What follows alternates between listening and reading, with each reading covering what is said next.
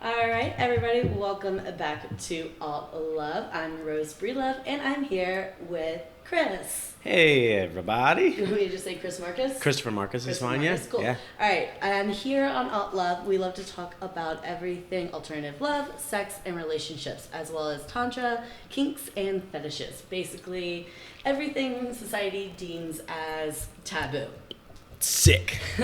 At the beginning of every podcast, I like to state a disclaimer that everything we talk about is always and only between consenting of clear mind adults. We do not condone or practice any sexual or adult relations with minors, nor with adults who do not verbally consent, nor do we expose minors through witnessing or hearing about any of our practices. All of these are hard no's. In addition, roleplay is exactly that. It is roleplay, it is not real, and remains a play and conversation of consenting adults, never minors.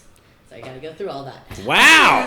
Fuck, I need one of those for mine. Jesus. Like, make sure that we've gotten in trouble before. Yeah, I definitely need to make one of those for mine. That's awesome. A disclaimer at the beginning of every single one. It's important, though, I think, for the viewers. They need to definitely understand the difference between... Absolutely. You know. Yeah, and we talk really about playing, and I mean, just about anything to do with, like, kink is...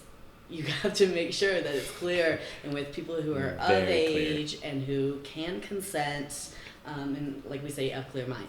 All right, so here we have Chris. Chris has been one of my good friends for, 3 years now? Almost 4? Almost 4, yeah. Almost 4 years. And I brought him on because he is basically a party-throwing pro. Like, Pro. I like that. That's a good title. Because you've been throwing parties, I mean, for 10 years. Like, you started like young. You started really young. Yeah, it was my first like actual business that took off. I started hosting like small events at generally like maybe 500 square foot to 1,000 square foot venues, and I started hosting them. They were always, I always had girls around me, and I would always have, This man is a very big charmer, let's just say. I'd always have, go-go dancers and the whole, like, sexual vibe kind of experience. Right. But it wasn't until, I would say, like, 3 years in that I actually started doing more, like, fetish-style parties. Right. Because you were doing so much, like, raves. Yeah, right? yeah. At first, it was everything. It was concerts. It was all kinds of different stuff. You did, like, I know you did, like, a paint, like, you did a lot of paint parties. So that was one of the big verticals that took off were paint parties. Then I got into the whole EDM scene, and then, I mean, that just kind of, like, it took over on itself. Because during that time, 2013, it was exploding. They just came out with the documentary. I was going to those raves. Yeah. So believe me, I feel you. And during that time, you were in a throuple? So I was in an open relationship through the beginning of that. Once I got more into the lifestyle kink fet scene, that's when I started learning about like alternative relationships and poly and all these different things. I was also really young. I was 19 when I started hosting parties. And then I was like, I mean, when I really, really got into the scene, I'm like 20 before I even turned 21. So, but I'd had a couple small polyamorous relationships prior to the one that I would actually call like my first real polyamorous relationship with both of which I'm not dating anymore. But did that official relationship start before or after you started throwing like actual like sex parties, play parties? After. So Yeah. you started throwing parties, and then you kind of went into this like official throuple. Yeah. Okay. Yeah, and the girl wasn't even attending my sex parties either that we ended up going into a throuple with. Okay. Yeah. So me and my partner were hosting these events, and then we were also, our house was very lifestyle, open kink, and then we started attending and hosting those, and then through my bigger events, my vanilla style raves. It's funny that I call raves vanilla because they're just like so hardcore to most people. But so true. It is what it is. Our definition of vanilla, they are vanilla. Yeah. Anything that makes it so that you can't be naked. Yeah, you can't be sensual Yeah. or free in that instance. Exactly. So we met her through the raves, and then my girl at the time started dating her. And then they had a little bit of a relationship forming. I actually didn't like her very much at all when I met her. I just was like, oh, trouble child. And then I fell in love with her. I'm huge on love. I fall in love with anything. So very polyheart. Yeah. So then we were together. We were seriously together for about 2 years, which was a long time. Mm-hmm. Right. Long time to navigate the poly waters when also not having like barely any education. Right. And I mean, how many friends did you have that were like people around you that were practicing? Everybody was trying to practice, but it was like nobody could really figure it out. Yeah, everybody is super fresh. Nobody really knew what the fuck they were doing. A lot of miscommunication, a lot of weird vibes, but we pushed all the way through that. Me and my ex, we were together for 5 years.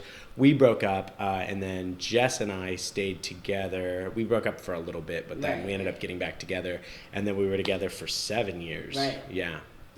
And staying. I mean, you guys were open the entire time, at least. Yeah. I mean, I went pretty monogamous when I was like full-time training, just because I couldn't get out and do whatever. Because Chris is also an MMA fighter.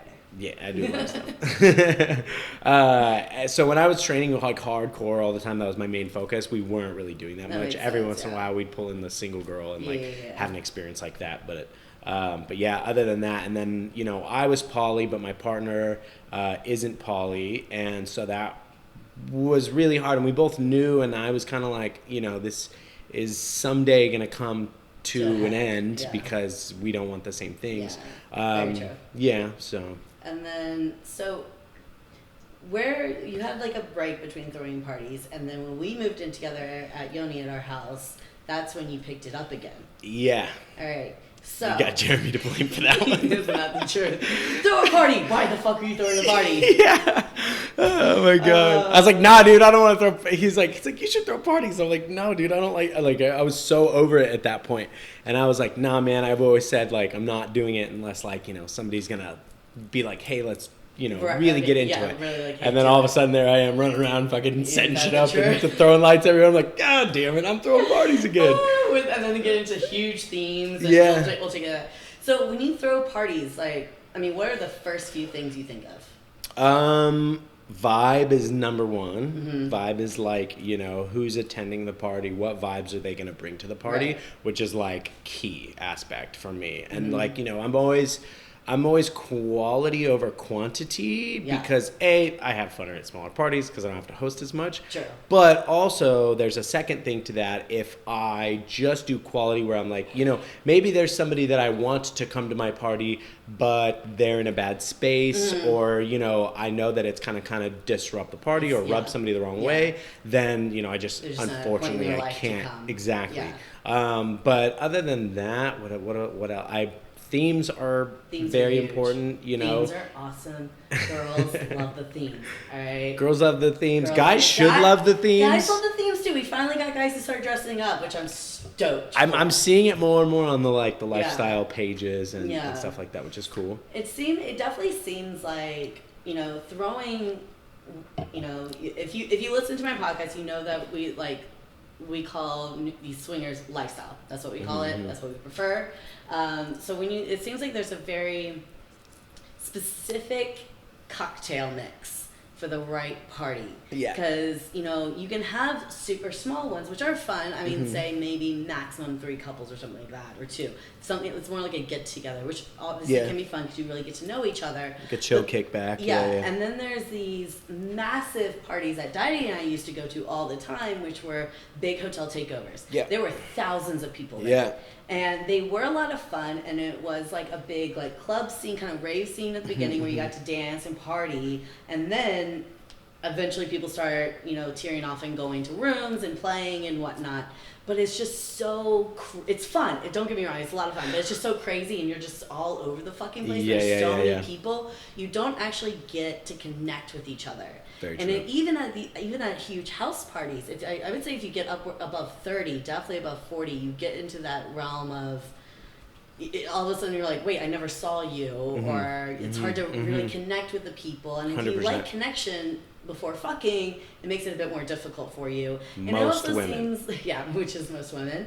And it definitely seems like it just seems like there's not, play almost kind of forgets to happen in the big parties. You think that like in the big parties there would be people everywhere fucking, but it actually seems like more people are hanging out 100% than fucking at these big parties. So it's like you have to find the right number of people. You need exactly like you said, the right vibe. For sure. You especially, but it seems like everyone in our tribe, we vet everyone. You know, we vet everyone to is allowed to come into the party, because you don't want to invite someone you don't know their energy, you don't know, like you said, their vibe, you don't know their intentions, you don't know if they've been to anything like that. You know, you need a lot of information from people to actually create a good party. People don't recognize until like pretty far in that they're like, oh, you like vet people. Like not only do I, when I'm thinking about inviting you to a party, I look at everything and everyone around you and what is going on in your life, because I need to know who this person really is and what their motives are. The thing that I love the most, what do we have? 40 people here this last weekend? I wasn't here, so. Yeah, I think it was about 40 people here this last weekend.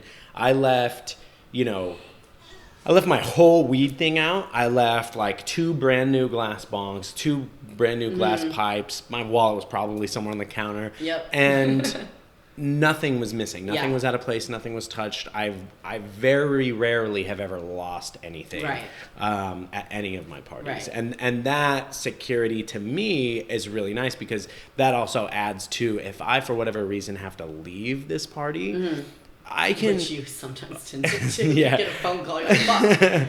So with these parties, I know that I could put them on, and I could also not be there completely, and everybody would be respectful of each other. Everybody would be happy. Everybody would communicate. I know what couples or what people are gonna like other people in the party. You know, I'm like a party matchmaker. I know, right? In a way, you know, and I'm like the puzzle pieces perfectly together. Yeah, and I see this person, I'm like, oh fuck, you're really gonna like so and so because you guys have the same energy, the same dynamic, whatever it is, you know. So I like to try and play that game a little bit and figure out who's going to go better with each other, and that usually leads to a really positive, fun, fulfilling night. Very true. I mean, you definitely do that. When it comes to your vetting process, what are those certain questions you ask for? What are you looking to pick up from someone?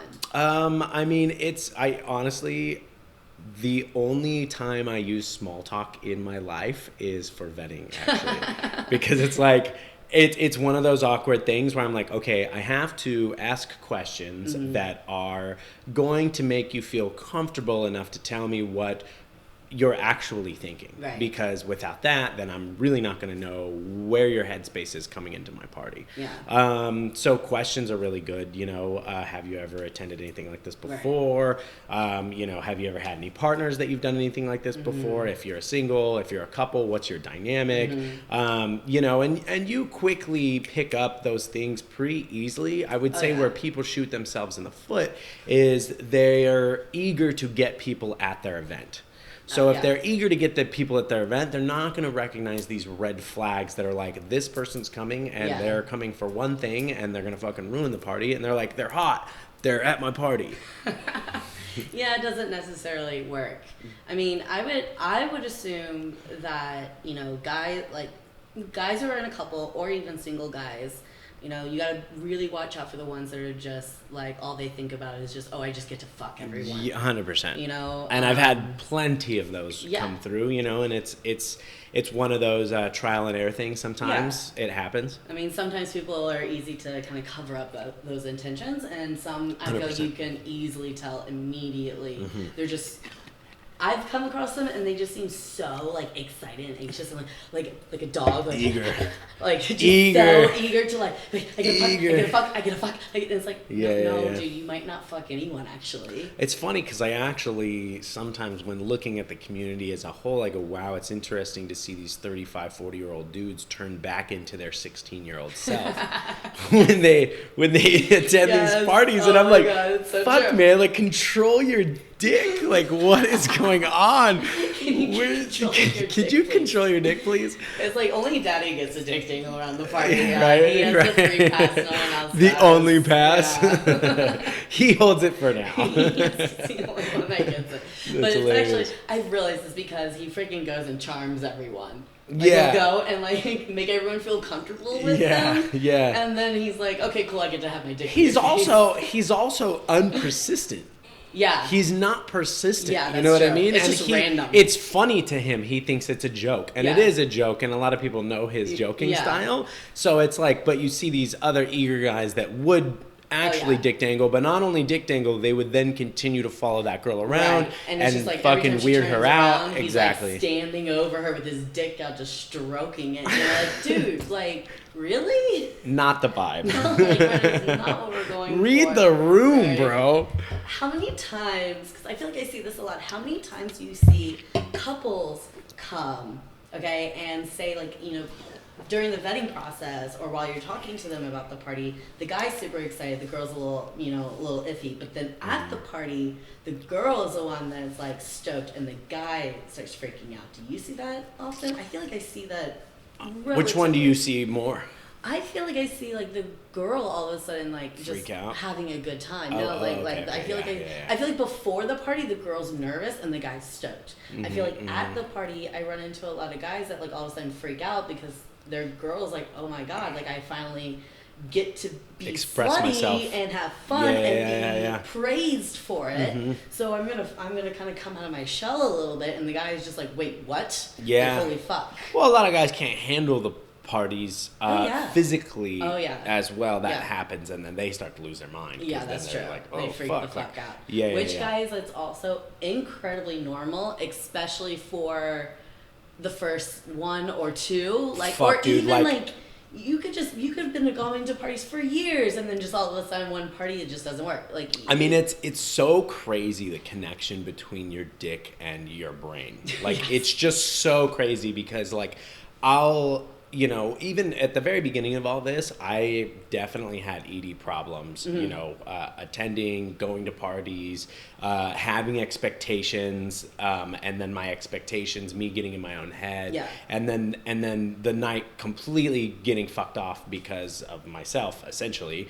And I think that is something that guys need to realize is that you should set way less expectations. Insanely low expectations. Way low expectations, and be there, you know, for the company and be there for the party. And that will lead you into so much better situations, you know, because everything's a flow. And as soon as you're not in that flow state, women recognize that. And I think that honestly, that's one of the biggest reasons I get so much female attention. I'm just so, I'm in flow state so often that they're just like, oh wow. And then you see this dude that's just like fucking shook and can't wait to get his hands on you. You're like, not as cool. It is true. Like, you can absolutely pick up on that. You can absolutely pick up on this. I mean, it's the guys. Like, I'm sorry if a girl's really down to fuck and really excited to fuck, like, she gonna fuck. Like, not have any problem with it. That's very true.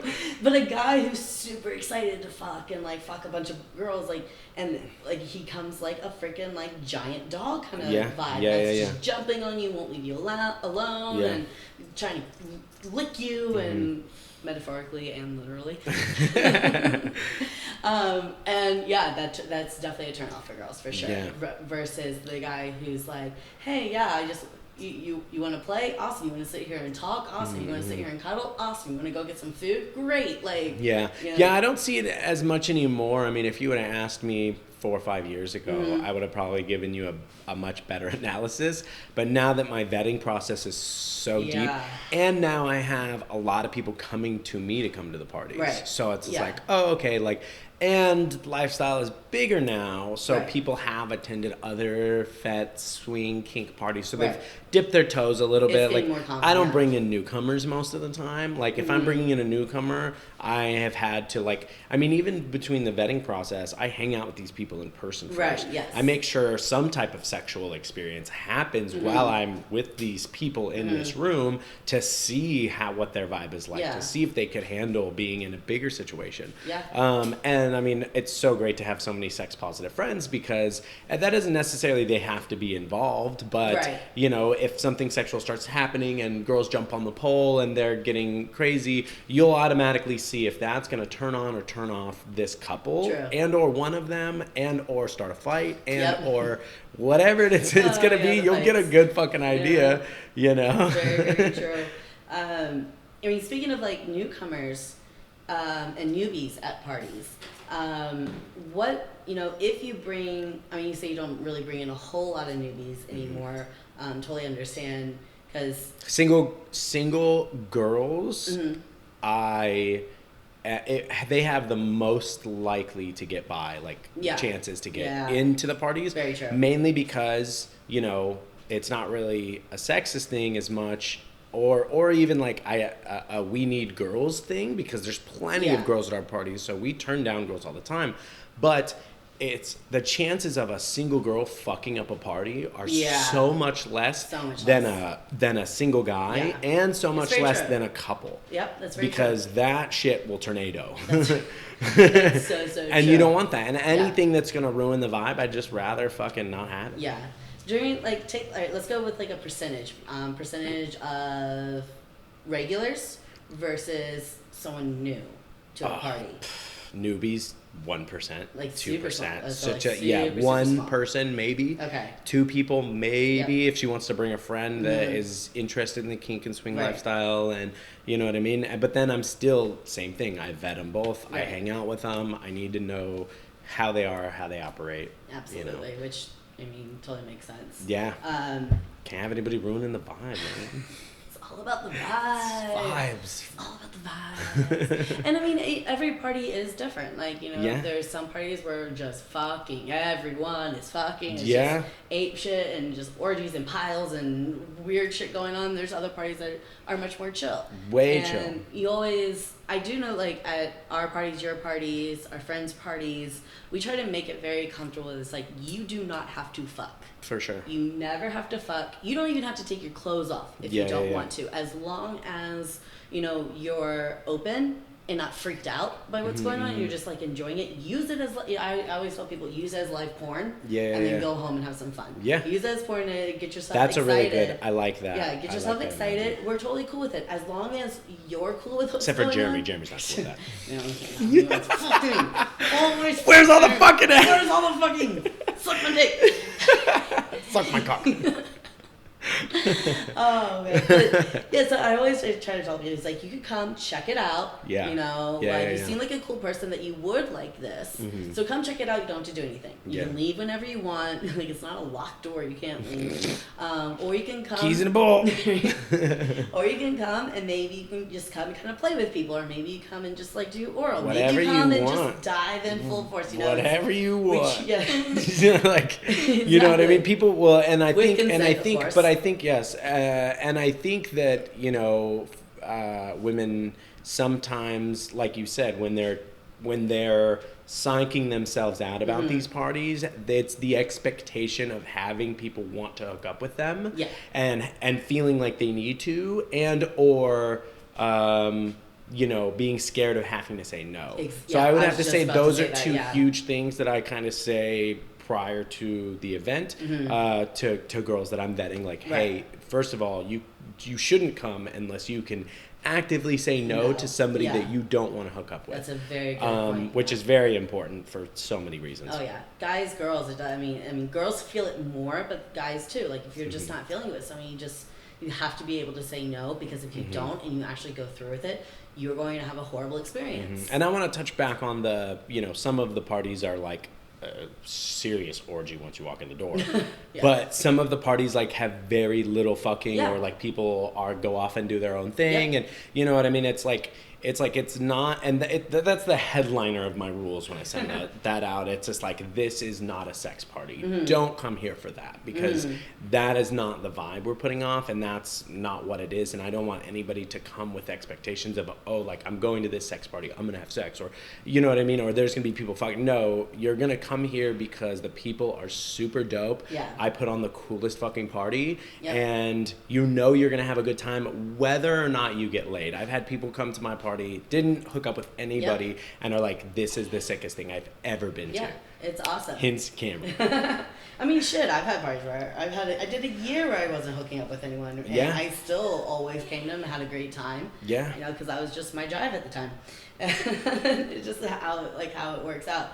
And I like how you say it's not like you're not doing sex parties, because it's more, would you say, like more like play? Well, just like playful, like, no, or just parties? It's just like, a party, and fortunately for the rules of my party, I made it so that people can have sex with each other publicly.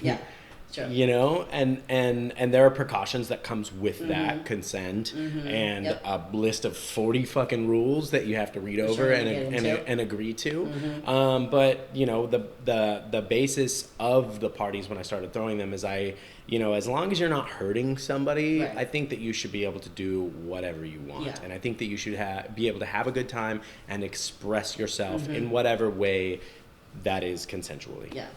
I mean, at these parties, not only are they people hanging out, getting to know each other, having a good time, not only are people fucking, but I mean, there's kink performances, there's fire performances. People play games. Music, there's games, like we bring food, in a whole we bunch eat of stuff. A big dinner together. I mean, a bunch of big stuff that Chris and myself and like everyone else at these parties, but it is mostly Chris that put together such a cool combination of people that bring so many unique skills to the parties. And the best thing is they're not performers. They're legitimate guests who just maybe like to fire dance or fire spin, or you know, are doms and want to do like kink fetish scenes. You know, we'll have people walking around on leashes sometimes. You never fucking know. Extremely subby girls just walking around the whole time on all fours. Like, it's great. Like, you get so entertained at your parties. And I'm not like that. Yeah, that's a great point. I do bring people in, and I do look at their resume and go, oh, awesome, you do X, Y, and Z. You should fucking do that at the party if you want to. You know, and I'd say a lot of us are show-offs, so so look at me, exhibitionists. You know, so everybody gets to perform, and we've done silks, we've done you know, just all kinds of different stuff, fire whips. We'll do like photo shoots. I mean, the content is a new thing, which is great. At just parties, we would do, like, before we were really calling them content. Before Playhouse had emerged and became what it became, we were still throwing, and of course these are maybe like sexual photos, but they're also just hot girl, like suitable for work photo, like, you know. And most of them most of all those photos have never even been seen. That's like an archive for ourselves. That's true. See, honestly, you know. No, so true. So I want to get back to that near the end, but I wanted to talk about your rules that you send out to everyone.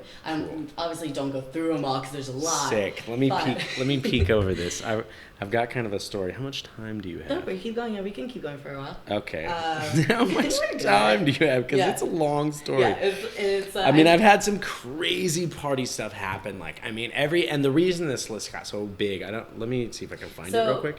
It's a list of rules for the house, for the party. We also know a few other friends who throw parties that do the exact same thing. Basically, it's like rules, conduct, you know, say no, listen to someone who says no, consent. I want to state that I created this back in 2012, so I want to say I was one of the first. But it is, like, I can tell, I know that, like, when people get this list, they're like, are you fucking kidding me? I thought this was a party. What is with all of this?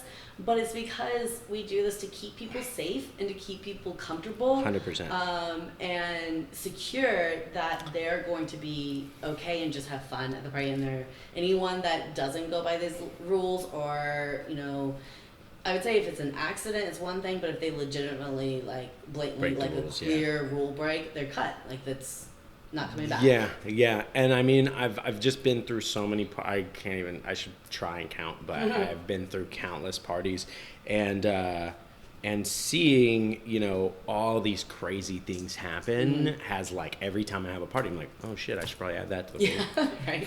We just added one. That's all right. Gotta add that into the rules. So yeah, and the rules of the party. Let's see. So I'll read it all. The introduction. The rules are mandatory for admission to the Playhouse and your admission to the future events based off of these standards and how you follow them. Before reading the rules, understand that this is not, in all caps, a sex party, and if engaging in sexual activity, you must have full consent from all parties involved. So that's kind of like our little statement at the beginning there. You know, simple rules. There's a contribution rule. You know, contribute to the party however you see fit. There is, you know, an introduction rule where it's like, you know, don't just bring somebody to my parties because they can really fuck things up. Yeah, no. So like, so let me know who you want to bring to the party. I'll clearly vet them. One. It's exactly. And I've had people show up like, oh, we're just gonna bring a bunch of my friends. I'm like, no. Yeah, no. And then I'm the asshole. Let's see. Ooh, there's a creeper rule. No. Unwanted sexual advances towards female guests. I should say any guests will not be tolerated. It is your responsibility to correctly perceive what is unwanted, wanted or unwanted, and ask for consent. It is very important to the environment that everyone feels comfortable in the house, and infractions will be dealt with immediately. Yep. No drinking and driving rule, intoxication and driving rule. There's an over-intoxication rule. That's very important. It's not fun to be at these play parties with people who are just stumbling over themselves wasted. We don't even allow hard alcohol at parties. We don't. Yeah. So, I mean, that should tell you something right away. right away.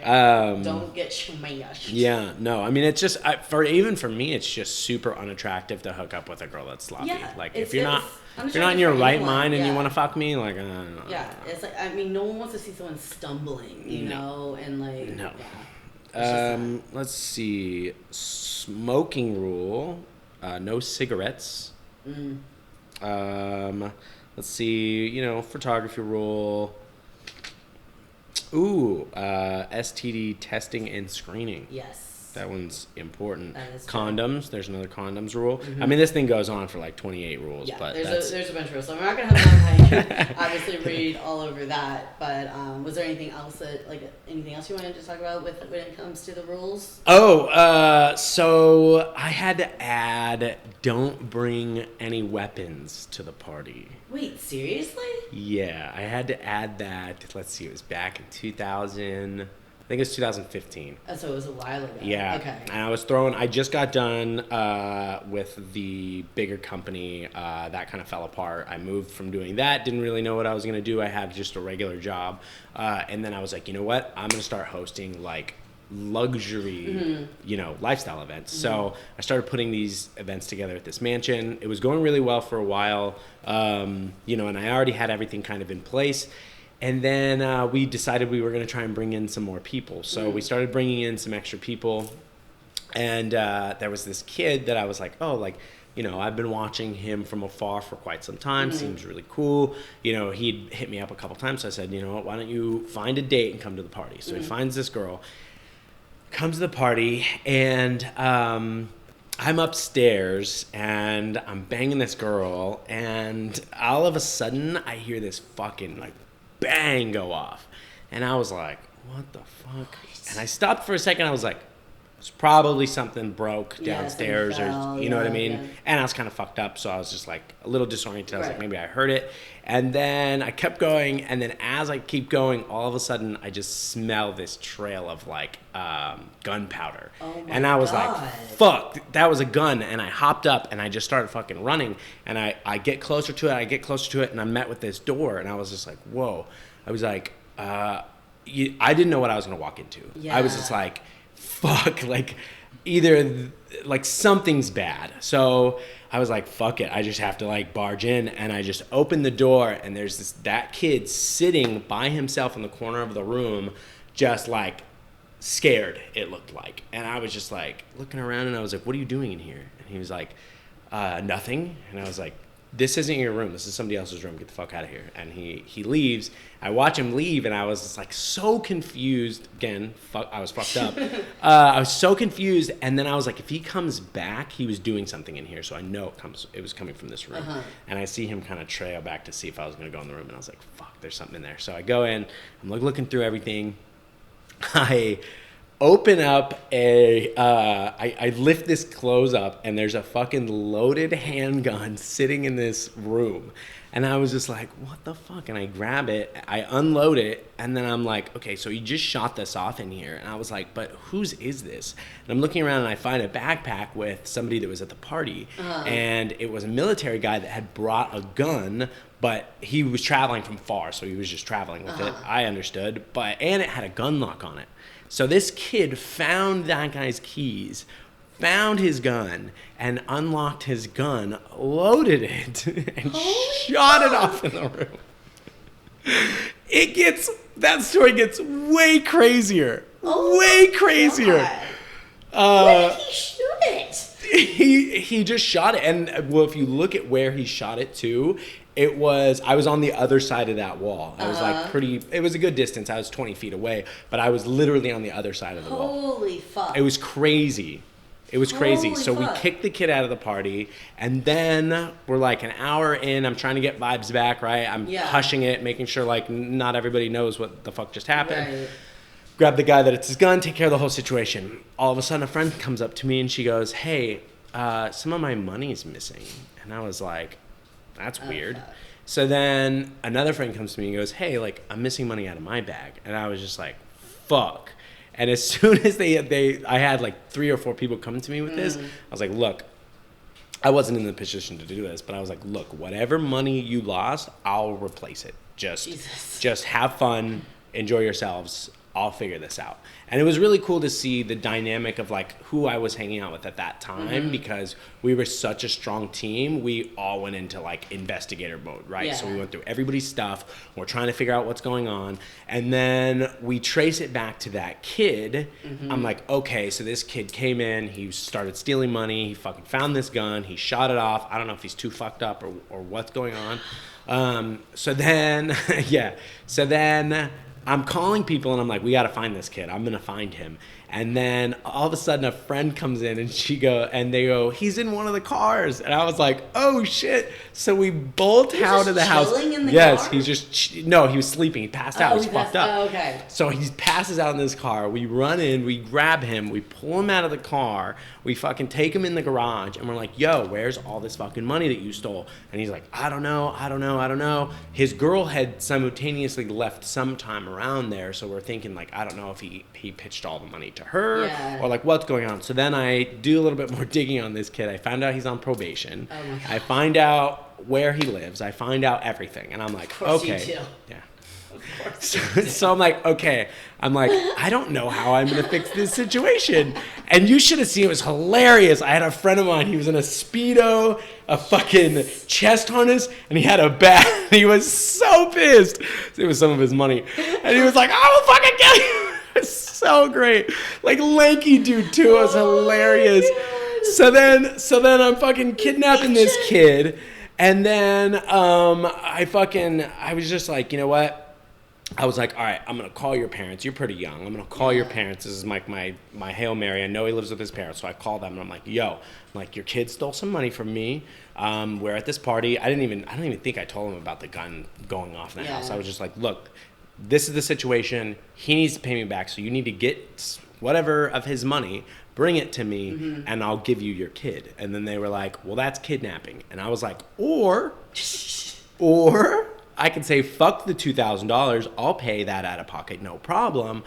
And I'll call the cops, and they'll come pick up your kid, and he's going to be fucked for 5 years. I don't want to do that to somebody. That sucks. I would rather just, get paid back and then call it a day. So then, they went, got the money, met up. But right before the kid leaves, I was like, look, you stole money from me and my family. And I was like, and that is not cool. Right. And I go, and I don't let situations like this slide. So I said, either I'm going to beat you up right now, or you can come get beat up later at my gym. And he was like, seriously debating it. He was seriously debating it. And he's like, I'll come later. And I was like, okay. I was like, that's fine.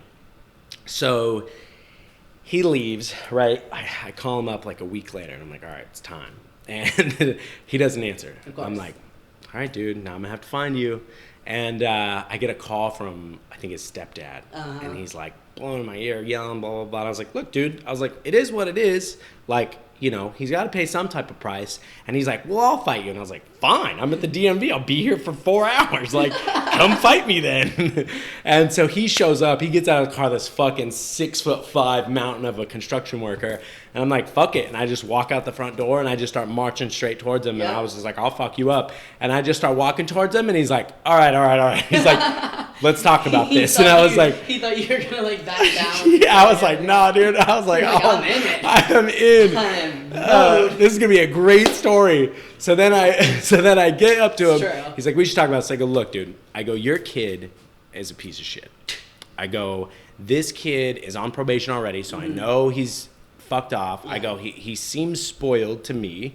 I go, he needs repercussion for things that he has done, or he's just going to continue being a piece of shit. And then guess what? This is going to happen again. He's going to end up in prison for a few years. Then he's in the prison system. I said, I'm not going to hurt this kid. I don't have that type of motive. Like, I'm not going to break it. I could break that dude all of his limbs, you know. I said, I promise you I won't break him or seriously injure him, but I'm going to take him into the gym. I'm going to beat him up a little bit, and I'm going to make him gas out. It feels like you're drowning. When you're fighting somebody that is so much better than you, it literally just feels like you're drowning. And I said, and I'm going to put him through 9 minutes of that, roughly. And he goes, okay, I'll bring him in. So he went, got his son. He got his son. He brought him to the gym, and I fucking whooped that. I have it all on video. I whooped that kid's ass. And I was just like, you know, and I was just as I'm beating him up, I'm reiterating all of this stuff. You know, this isn't you're getting beat up by somebody that's 5 foot. Imagine what would happen to you in prison. Like, those fools will scrape you. So I was just like, so I did that, and it's so funny. He's super scared of me today, but he went to my brother. He's from my hometown. He went to my brother, and he told my brother that I changed his life. I bet. That experience put him on a completely different course, and he said, I was never the same human again in such a better way. That's and awesome. I was like, that's what happens when you get your ass beat. I mean, but you did it in the best of ways. You're like, I'm not going to put him in the hospital. I'm not going to do something where he can't go home at night. But I'm going to scare the fuck out of him, basically. And that's, I mean, you did. So it was beautiful. It was a lot of work, but you know, I'm raising a bunch of people's kids, so it's whatever. I mean, I can see that. But luckily, nothing like that has like happened. I mean, like, I've literally, I've went through so many stages of this. You know, that was probably the most intense situation I've ever had at a party. But that is also why you have to extremely vet people. I mean, even at that time, I was still really good at vetting people, and I was still having just as good parties. Like, and you're still learning. Real quick, what is probably the number one place that you like find people? Like, new people to meet and that to come to parties? Social media is really obviously the best. But honestly, other than that, word of mouth. I think my parties and my brand have kind of gotten big enough to where the cool people that I want at my parties and that come to my parties are talking to other cool people they really relate with. And that's great, because then it cuts my vetting process in half. Yeah, that's true. Yeah. You already kind of have a pre-vetted person. Exactly. Yeah. And I have people from years ago, so now, like, I have a network of 90 to 130 lifestyle people that I could call and say, hey, we're doing a party, you should come, and this will be great, and, you know, and they always show up. Nice, love it. And then one more quick thing. So Playhouse is kind of shifting, or has shifted, from just a party and from just throwing parties to definitely the more media and entertainment, and now they're doing more content parties, content creation, as well as parties. Yes. So do you want to real quick safe for work content parties too? So do you want to real quick kind of do a little promo about what you're doing with those? I'll talk about it a little bit. Just real quick, so really we're hosting these day parties. I have a lot of people that want to work with us and that really aren't into the lifestyle, adult content realm, but they do want to come, they want to have fun, they want to party, and I want to be able to give that experience to everybody. So we came up with this concept of doing, safe for work day content parties, and we're doing that now. We're having, 20, 30 models come in, 4 or 5 photographers, and we're shooting a bunch of content while we have, kind of the same vibe, lights, experiences, live animals, super free-flowing. And then we have our night parties that we throw for Playhouse as well, which are much more lifestyle, kink, swing friendly. And we're gonna see how these next few parties go. I'm very excited to really do them. Me too. Yeah. All right, awesome, Chris. Thank you, guys. Definitely check out Playhouse. If you want to make some content, hit them up more than likely on Instagram. As well as if you're a photographer and you want to come do some shooting with some really awesome people, hot girls, cool guys, all that good stuff. Also hit Chris up on Instagram. Freak Hustler. Yours is Freak Hustler. At Freak Hustler. The podcast is at Freak Show Info. At Playhouse Media. And I think that's it. All right, cool. Yeah. So definitely go check them out. I will also tag all of those in my post and everything for this podcast. You can also check me out on altlovepodcast.com, and it's all the social media is also at altlovepodcast. So thanks, guys, for listening. Chris, thanks guys so much for finally coming on. This has been waiting for a long time to do. Super stoked. Right, thanks, guys. Bye.